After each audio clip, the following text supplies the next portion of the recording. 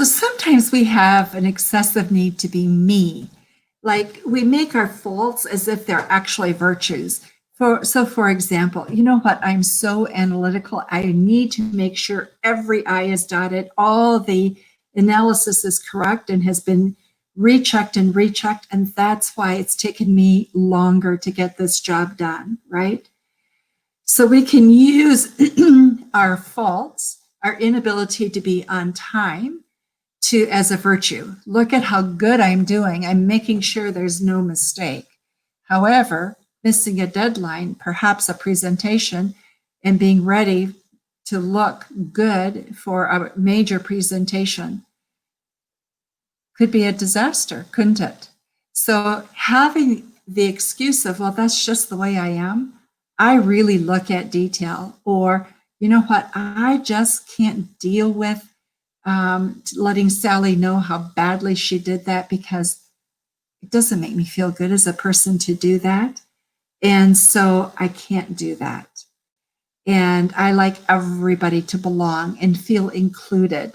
And so that person may sort of glad hand a situation, and then it just tends to grow and get bigger.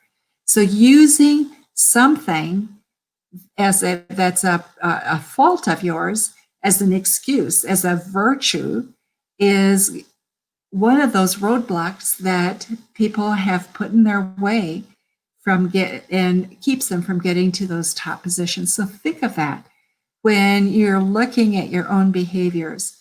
Do you deliberate unnecessarily because you have a need to be perfect? Does this need to be perfect? And have you negotiated the amount of time that perfection requires if this particular job requires perfection?